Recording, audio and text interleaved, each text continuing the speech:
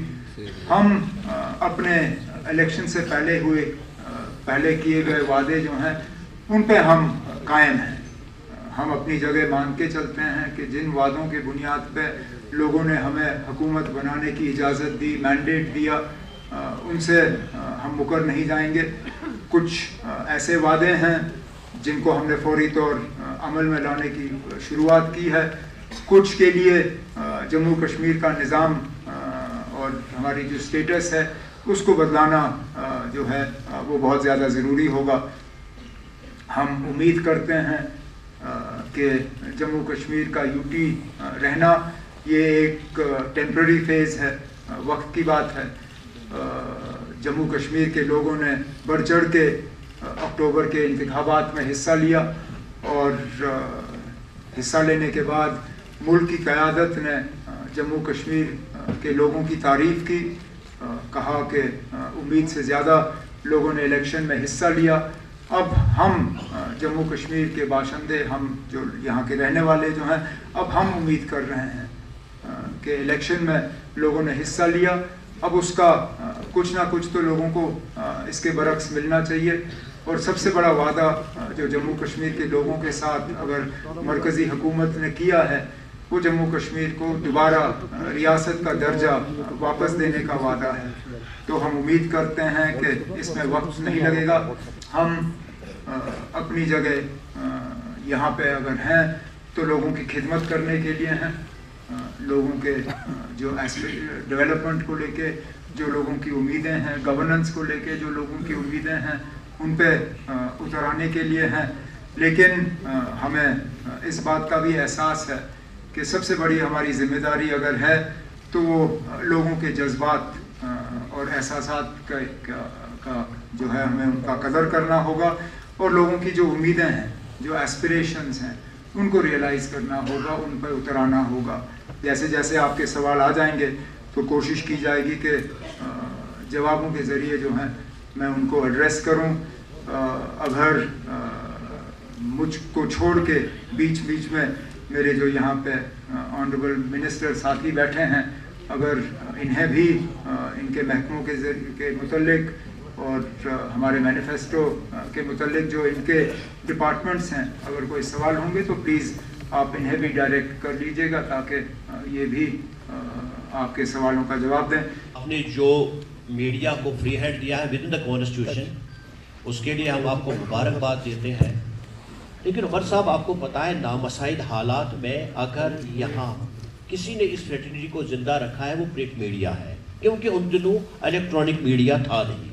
ہم نے کیا کیا ان دنوں سہا ہے، اور کتنے جو ہمارے جرنلسٹ جو عزیز تھے وہ بیچارے شہید ہو گئے. لیکن ایک ستم ظریفی ہے کہ 2017 میں جو ریٹس ہے انفارمیشن ڈپارٹمنٹ کے وہ ابھی بھی 75% ہے. چونکہ آپ ایڈ کر رہے ہیں اس وقت یو ٹی کے، اب وہی ریٹ ہمیں جو پرنٹنگ دینا پڑتا ہے اس سے ٹرپل ہو گیا ہے. اس پر آپ ذرا دیکھیے گا، کیونکہ باہر ہم یہ سب بھی جو پرنٹ میڈیا والے انہوں نے مجھے کہا کہ آپ یہ سوال اٹھائے. اور دوسری بات جو سوال ہے، کیا آپ 2009 اور 2015 کے بیچ میں جو آپ وزیر اعلیٰ تھے اس میں اور اس میں آپ کیا فرق سمجھتے ہیں؟ ایڈورٹائزنگ ریٹس کے حوالے سے آپ نے بات کی، نوٹ کیا ہوا. سیکرٹری جو ہمارے ابھی آئے ہیں انفارمیشن کے، راجو صاحب، ان سے اور ڈائریکٹر انفارمیشن سے بات کر کے جو بھی ہمیں اس میں کرنا ہوگا ہم کر لیں گے. جہاں تک 2014 سے پہلے اور آج میرے میں فرق کیا ہے، بال اور زیادہ سفید ہو گئے.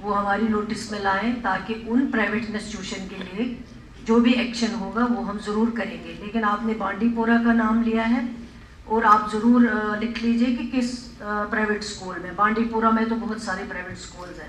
اکثر بیشتر ہمارے پاس شکایت آتی ہے لیکن نام نہیں آتا ہے. میں آپ کے ذریعے یہاں گزارش کرنا چاہتی ہوں نام ضرور لائیے اسکول کا تاکہ ہم اس اسکول کے خلاف جو ہے کارروائی کر سکیں اور باقی جو ہیں وہ اس چیز